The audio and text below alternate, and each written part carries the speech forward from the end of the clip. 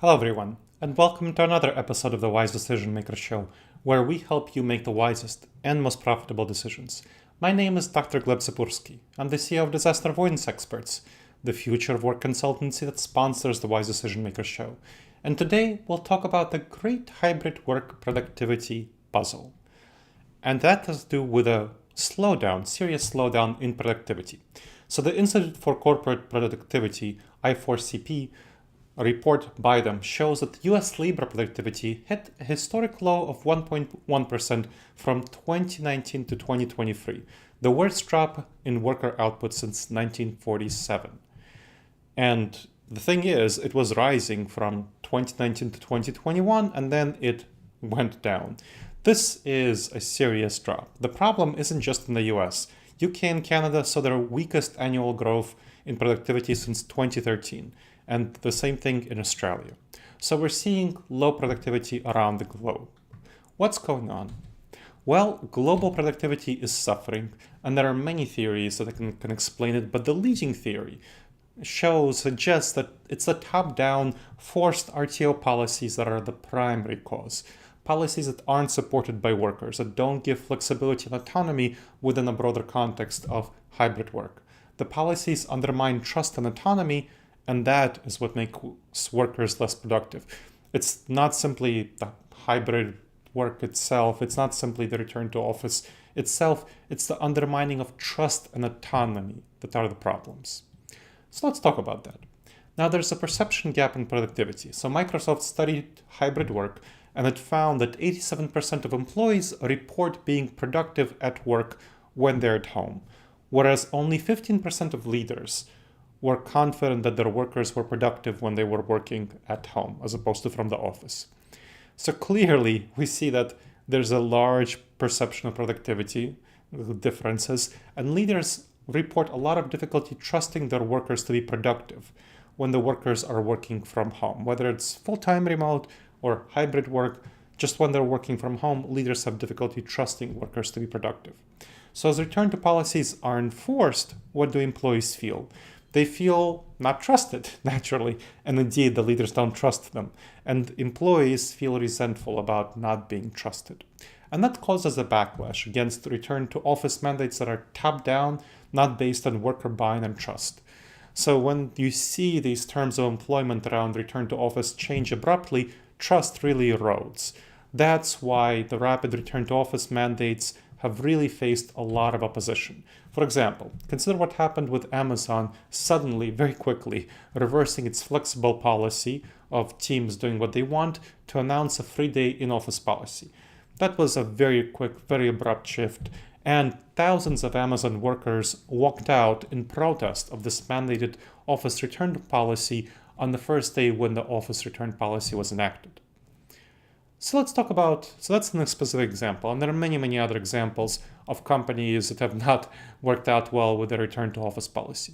So let's talk about what actually fuels productivity. And the key thing is trust. Trusting workers. Workers trusting each other, trusting employees.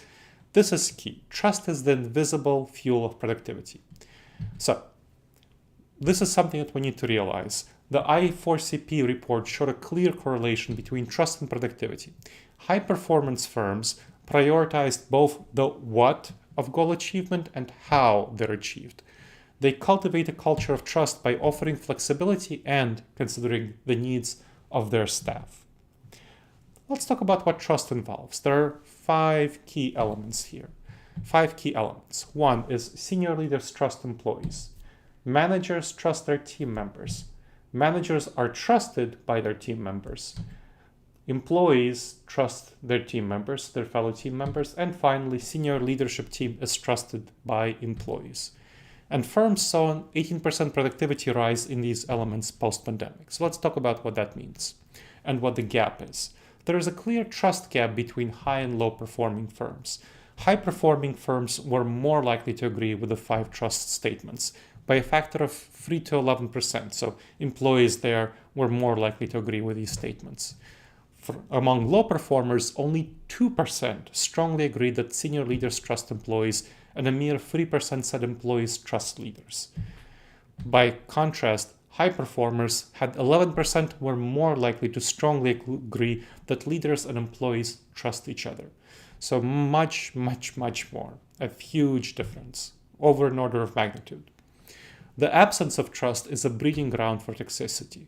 So trust boosts productivity, but the absence of trust really undermines productivity and just creates a toxic culture.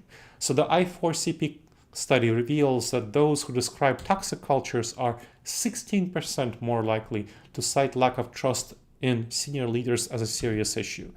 And they're 10% more likely to report an unsafe environment for expressing their opinions. What about a healthy organizational culture? What does that involve? That is marked by the presence of strong trust. Indicators include leaders who lead by example, as opposed to just giving orders and not behaving in accordance with their own words. Accountability for employee outcomes, not how employees do things, but really the outcomes. Regular communication of firm values, and immediately addressing what is defined as poor behavior. So you want to align, going back to the office return, you want to align employee needs with the office return. Trust is not a nice to have, it's a must have for organizational success. And the return to office mandate without considering employee needs and getting their buy-in really undermines trust. So the key is to maintain flexibility, foster a culture of trust, and that's what leads productivity to flourish naturally. Now, let's talk a little bit about autonomy. That is crucial for productivity as well. So we have trust and we have autonomy. And autonomy catalyzes productivity for catalyzing trust. If you don't give people autonomy, of course, that is an indication of lack of trust. People will feel mistrusted and they will not like it. So autonomy, we have research, sparks creativity and fosters innovation. So the I4CP report shows that productive firms grant high levels of autonomy to their teams. Autonomy is closely tied to trust. And of course, like we talked about, autonomy helps cultivate trust and influences productivity. In fact, it explains 15% of the variability difference in productivity, which is a pretty huge amount. Imagine if your firm could be 15% more productive. Autonomy and trust are thus vital for both innovation and productivity. Innovative companies offer both flexibility and autonomy. Teams and individuals are able to choose the right work model for their roles. So teams are able to figure out and collaborate with their individual team members to figure out what works best for each team. Mandating office returns is something that diminishes autonomy and trust, and that hampers organizational progress. So let's compare organizational approaches to autonomy. The I4CP report highlights serious differences in autonomy levels. High-performing organizations offer high levels of autonomy to individuals at 77% and teams at 82%. But lower-performing organizations lag behind. They offer autonomy to individuals at only 58% and teams at only 62%. So clearly much less autonomy offered. So the future of work is going to belong to companies that have high autonomy, trust, and flexibility. The forced office return is really like fitting a square peg into a round hole. It's not going to work out well for you. So strongly rethink your workplace strategy to boost productivity through autonomy, trust, and flexibility, which should be top priorities.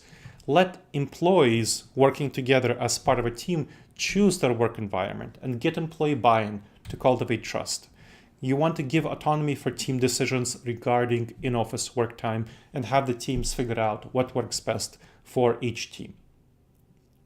All right, everyone. I hope you've enjoyed this episode of the Wise Decision Maker Show. Please make sure to subscribe wherever you checked out the show, and please leave a review.